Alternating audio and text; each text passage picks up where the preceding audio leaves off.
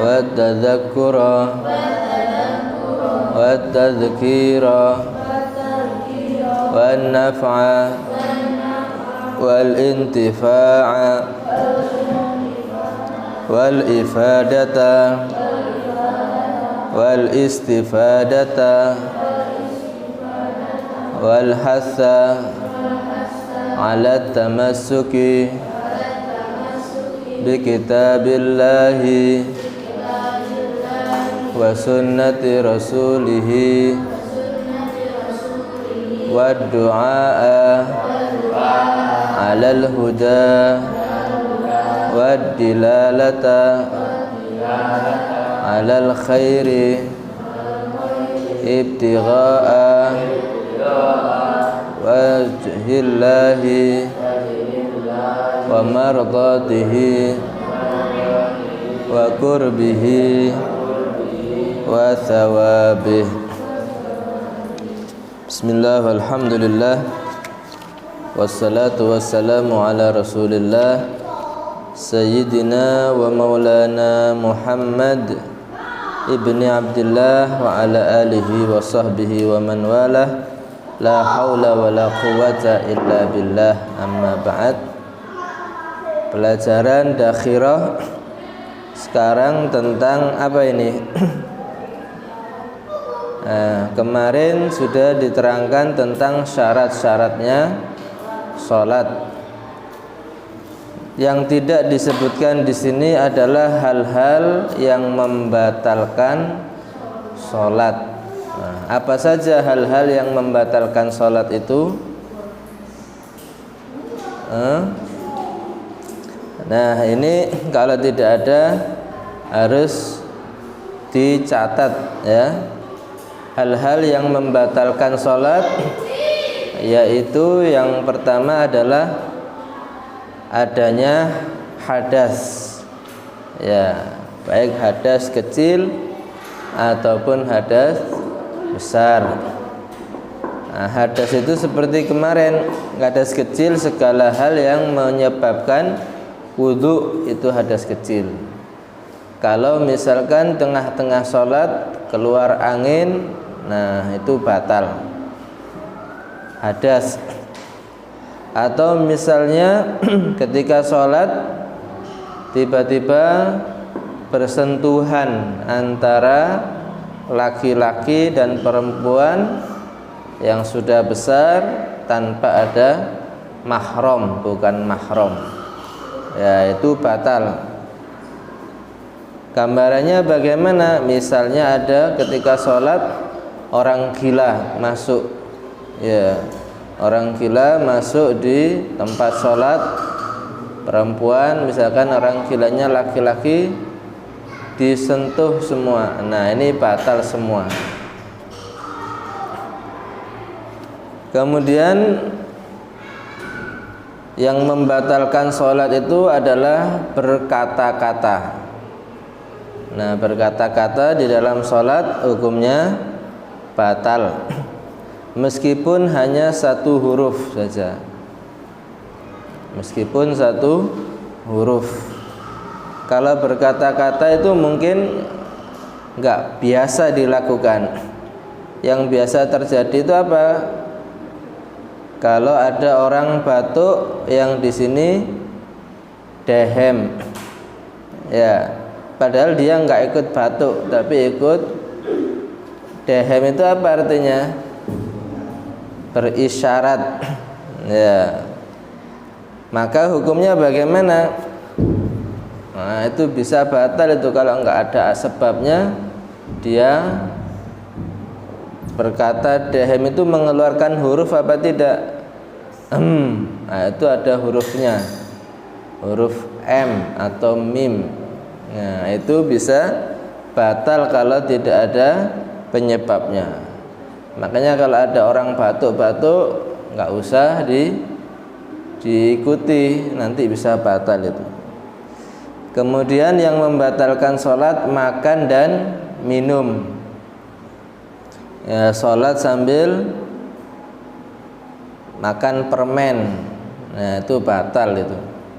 ya makan atau minum. Nah, itu jarang terjadi. Yang sering terjadi itu apa? Misalkan habis makan, di sela-sela giginya masih ada sisa makanan. Nah, sisa dagingnya misalkan dia tidak membersihkan mulutnya atau giginya. Ketika tengah-tengah sholat, nah itu sisa-sisa di sela-sela gigi itu dia telan. Bagaimana hukumnya? Batal apa tidak? Batal. Ya, itu termasuk makan. Atau ada sisa air wudhu yang di bibirnya dia telan. Nah, ini juga batal. Nah, itu kalau mau sholat bersihkan dulu giginya, kalau habis makan berkumur, kalau bisa dengan bersiwak, ya supaya tidak ada sisa-sisa makanan nanti bisa ditelan, batal sholatnya. Kalau habis minum es sirup atau kopi, kemudian ketika sholat masih ada rasa seperti manis, itu menelan ludahnya, batal apa tidak?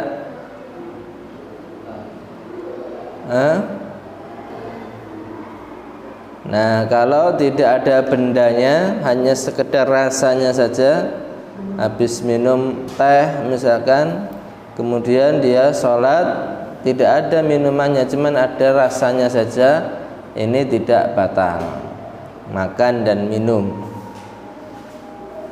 Kemudian yang membatalkan lagi adalah melakukan 3 gerakan berturut-turut. Ya, melakukan 3 gerakan berturut-turut. Karena sholat itu harus khusyuk badannya, tidak boleh bergerak-gerak. Ya. Kalau melakukan 3 gerakan berturut-turut ini batal. Contohnya misalkan habis mengangkat tangan ke atas, kemudian ke kanan, ini mengangkat 1, ke kanan 2. Kalau diteruskan lagi ke kiri, ini langsung 3. 3 itu hukumnya batal apa tidak? Batal. Ya. Terus kalau sholat sambil goyang-goyang badan begini, batal apa tidak ini? Nah, kalau sholat itu jangan goyang-goyang, harus tenang. Kalau yang membatalkan itu dengan anggota badan yang besar, seperti tangan keseluruhan bergerak, kaki keseluruhannya bergerak, atau badannya keseluruhannya bergerak. Tapi kalau hanya anggota kecil seperti jari-jari saja, ini tidak batal kalau dengan anggota badan yang kecil. Kalau rasa gatal misalkan di sini, nah kalau digaruk dengan jari-jari saja meskipun berkali-kali lebih dari 3, ini tidak batal karena anggota badannya kecil.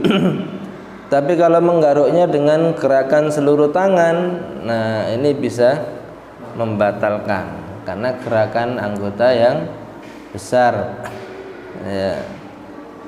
Jadi kalau ada rasa gatal itu menggaruknya dengan jari-jari saja, supaya tidak bergerak lebih dari 3 kali. Ya. Atau melakukan satu gerakan yang membuat rusak sholatnya. Melakukan satu gerakan yang membuat sholatnya rusak. Contohnya apa? Melompat. Ya.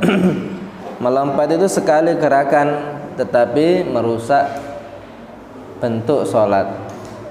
Nah, misalkan ada tikus lari di depan, atau ada kecoa tiba-tiba lewat di depan, dia melompat misalkan, nah ini batal ini. Ya, ada enggak dalam sholat gerakan melompat itu? Enggak ada, makanya hukumnya batal. Atau didorong temannya sampai jatuh. Ya, pernah apa enggak ini sholat main-main dorong-dorong, ada yang jatuh. Nah, ini batal apa tidak kalau didorong sampai jatuh? Batal, karena nggak ada gerakan jatuh di dalam sholat, apalagi sampai berguling. Ya, itu batal sholatnya. Jadi kalau mau berdiri lagi habis jatuh, nggak boleh langsung teruskan, harus takbiratul ihram, niat lagi. Kalau nggak sampai jatuh nggak apa-apa, ya, tapi harus nggak boleh bergerak lebih dari 3 gerakan, ya. Atau misalkan tertawa ditahan sampai terpingkal-pingkal, ya, pernah apa tidak itu? Nah, ini kalau bergerak badannya goyang lebih dari 3 kali, batal itu. Nah, kalau tertawanya sampai keluar suara, maka batal, karena mengeluarkan suara itu berkata-kata, hukumnya membatalkan sholat. Ya, jadi sholat itu harus ngerti. Yang mendorong batal, misalkan sama-sama sholat saling dorong ke samping, ya. Yang mendorong ini batal sholatnya. Yang didorong sebelahnya sampai jatuh misalkan, nah itu batal juga, harus ngulangi semua. Ya, biasanya ini anak-anak kalau sholat itu harus bagus, jangan dorong-dorong, ya. Kemudian yang membatalkan sholat diantaranya terbuka aurat jika tidak langsung ditutup. Ya, terbuka aurat jika tidak langsung ditutup. Misalkan sholat di depan kipas angin seperti ini, tiba-tiba langsung terbuka mukenahnya, itu harus langsung ditutup. Kalau dibiarkan sampai berkibar-kibar itu kelihatan auratnya, hukumnya batal. Atau misalnya kainnya sobek, ya, pakai sarung, ketika ruku sobek sarungnya di pantatnya, ya, kalau kelihatan kulitnya batal itu, nggak bisa ditutup, ya. Jadi kalau terbuka sedikit nggak apa-apa, langsung ditutup. Tapi kalau nggak langsung ditutup batal. Misalnya robek ditutup dengan tangan ini, boleh, nggak batal, asalkan dalam sampai selesai nggak terbuka lagi, ya. Kemudian yang membatalkan sholat lagi, banyak yang membatalkan sholat ini, terjatuhi najis, ya. Sholat tiba-tiba ada cicak buang hajatnya kena baju, batal apa enggak ini? Nah, kalau itu kotorannya ini langsung dibuang bisa, nggak mengotori, nggak batal, karena kan nggak sampai lama. Tapi kalau nggak bisa dibuang, basah, ini batal sholatnya, ya, karena kejatuhan najis. Termasuk najis itu apa? Anak kecil yang pakai diapers, pampers. Kencing apa enggak anak itu, bayinya?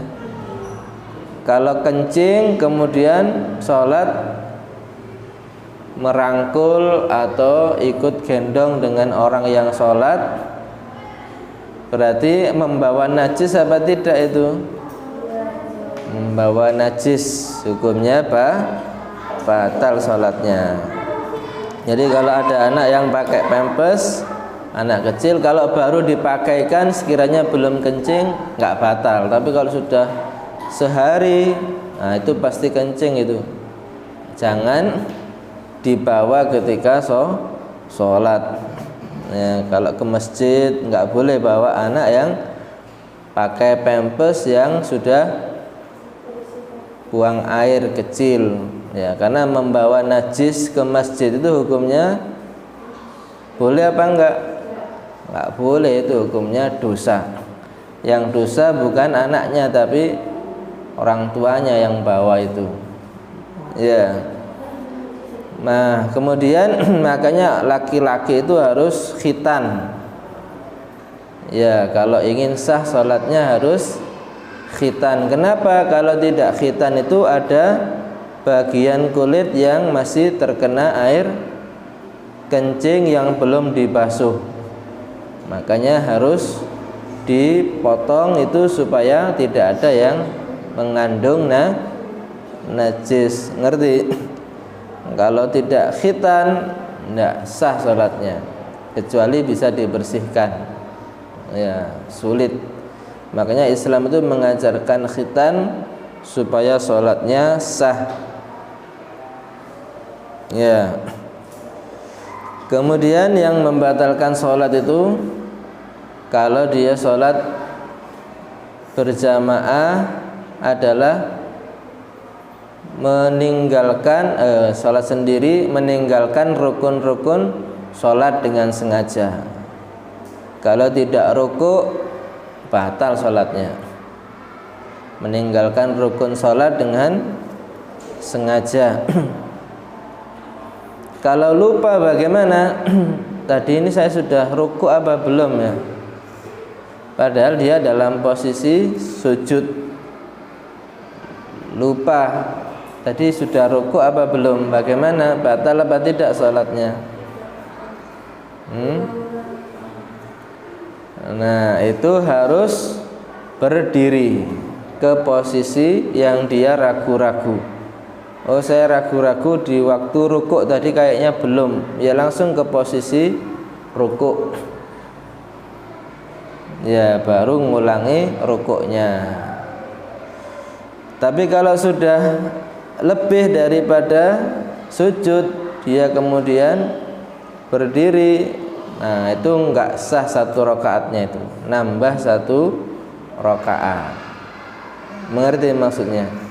Kalau ragu-ragu belum rukuk tadi kayaknya saya ini, tapi sudah berdiri dari sujud ke posisi berdiri, tadi kayaknya belum rukuk saya ya.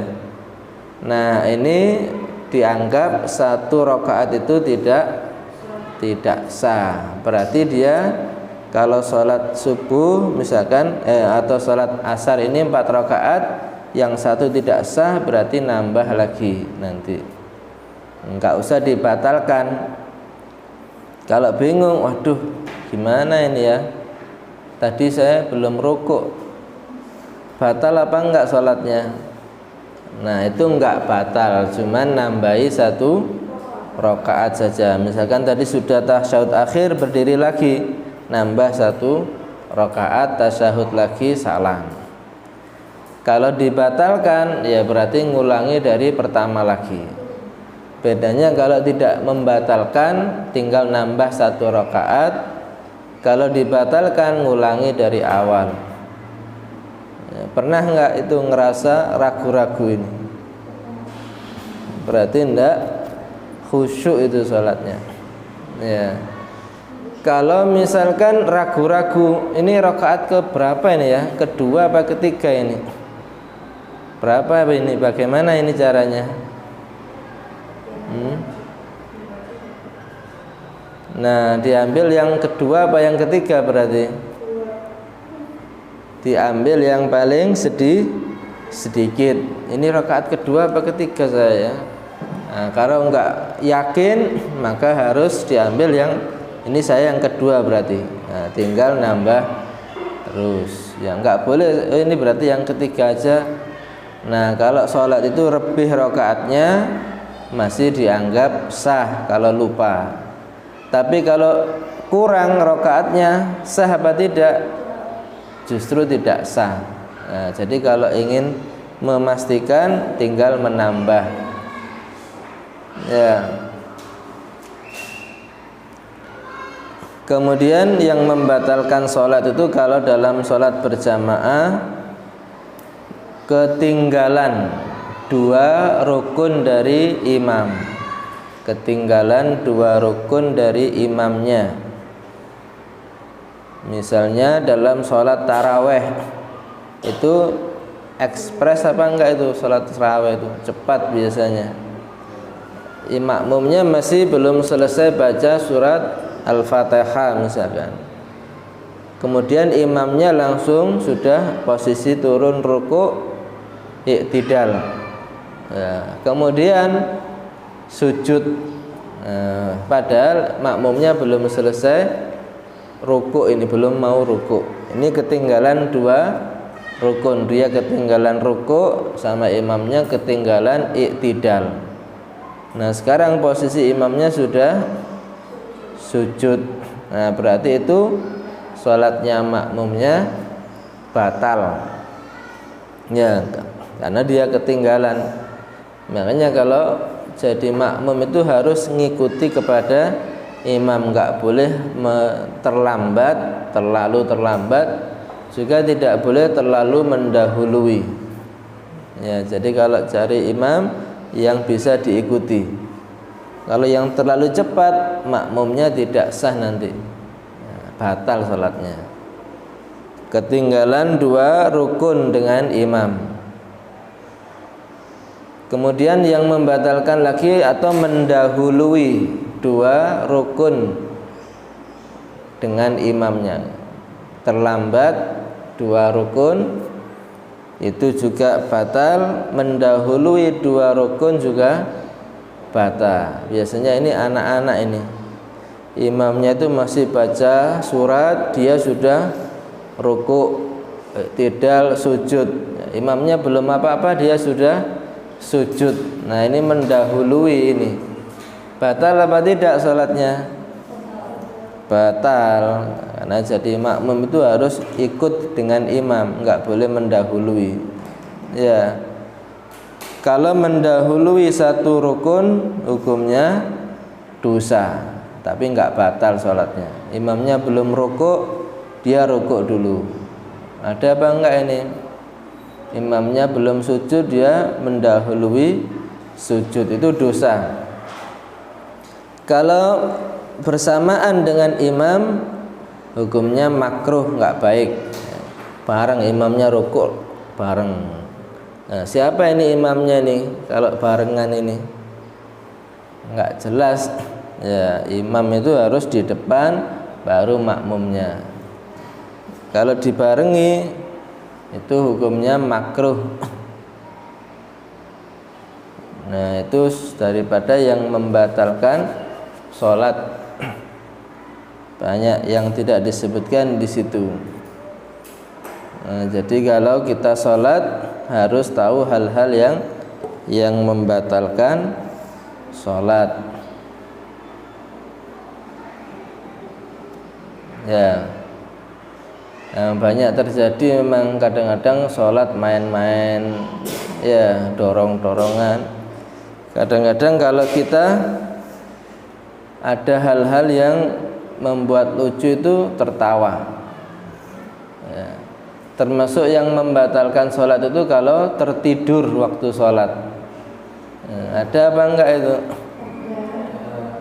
Nah ketika sholat subuh misalkan imamnya baca surat panjang, ya, kalau hari Jumat itu disunahkan membaca surat, ya, surat Al-Jumu'ah atau surat Qaf, ya, atau surat As-Sajadah. Itu kadang-kadang kalau di masjid itu ada orang yang sampai ketiduran, ya. Kalau ketiduran waktu sholat batal apa tidak sholatnya? Batal, karena itu membatalkan wudhu. Nah bedanya ketiduran sama ngantuk. Itu kalau ngantuk berat, dia masih mendengar suaranya imamnya ini baca, tapi enggak jelas, ya, seperti, ya, hanya sekedar suara itu aja. Kalau masih mendengar suara itu berarti masih sadar meskipun sedikit, belum batal. Tapi kalau sudah senyap, sunyi, ya, padahal imamnya ini bacanya pakai mikrofon, tapi kok sunyi, ya, model senyap ini, berarti sudah hilang apa enggak akalnya? Itu sudah hilang, berarti sudah tertidur. Nah, itu batal sholatnya. Ketika tasyahud akhir misalkan dia nggak dengar imamnya, tiba-tiba sudah yang orang-orang sudah berhenti nih apa, sampai di banyak itu yang di medsos ketika sholat hari raya ya dia dalam posisi sujud ya, karena malamnya begadang sujud padahal makmum semua sudah mau pulang ini. Ketika duduk dipikirkan mau salam, ternyata sudah selesai sholatnya. Nah, berarti tertidur di waktu sujud. Batal apa enggak ini? Itu harus jujur. Kadang-kadang enggak jujur ini. Ya, caranya harus kita ngerti, oh antara ngantuk dengan tidur itu, kalau mengantuk berat suara itu masih kedengaran meskipun tidak jelas. Diajak ngomong itu dengar tapi nggak nyambung, ngomong apa ini, itu ngantuk berarti ya. Kalau sudah senyap sunyi itu berarti sudah tertidur ya. Itu kalau sudah tidur berarti batal sholatnya. Berarti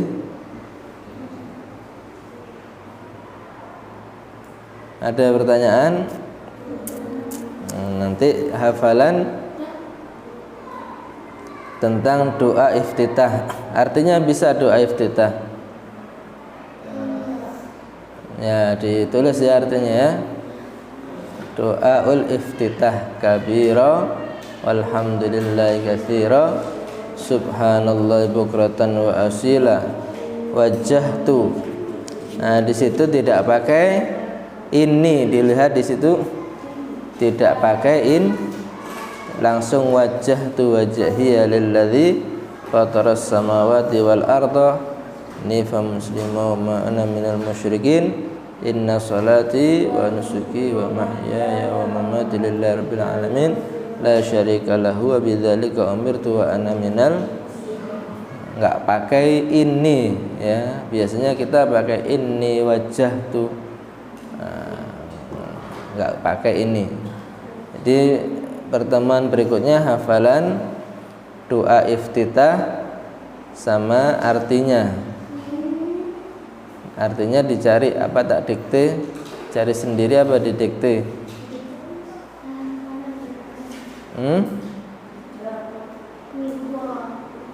Nah,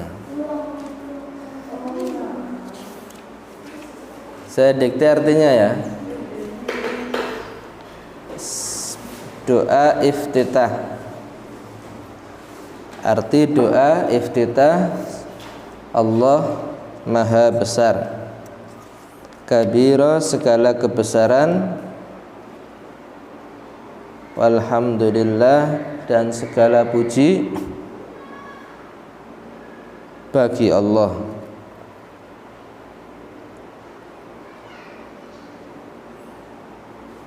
Katsiran yang banyak, segala kebesaran dan puji bagi Allah yang banyak. Wa subhanallahi dan maha suci Allah.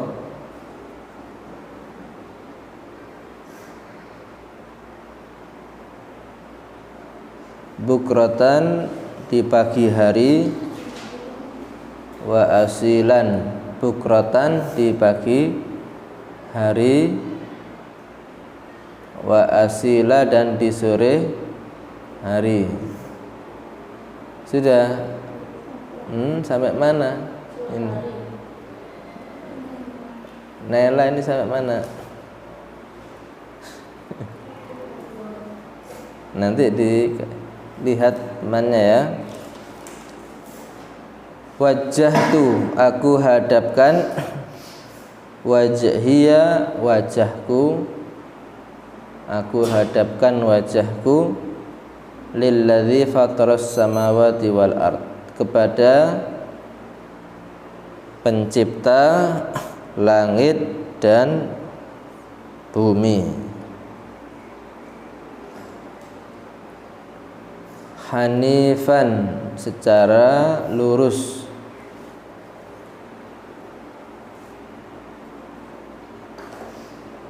musliman sebagai muslim, wa ma ana minal musyrikin dan aku bukan orang musyrik.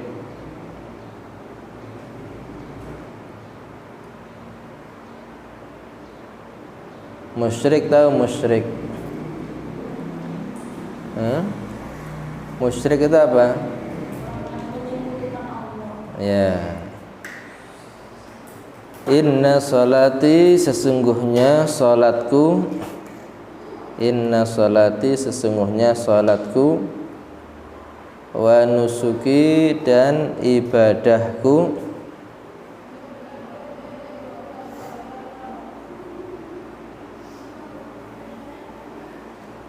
wa mahyaya dan hidupku, wa mamati dan matiku, lillahi rabbil alamin hanya untuk Allah, hanya untuk Allah Tuhan semesta alam.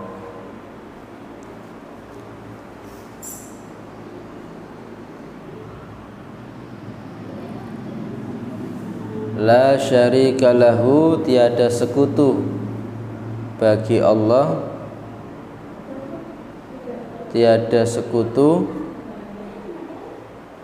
bagi Allah.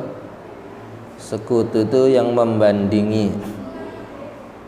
Wa bidzalika umirtu dan dengan itu aku diperintah. Wa bidzalika umirtu dan dengan itu aku diperintah, wa ana minal muslimin dan aku adalah orang-orang Islam.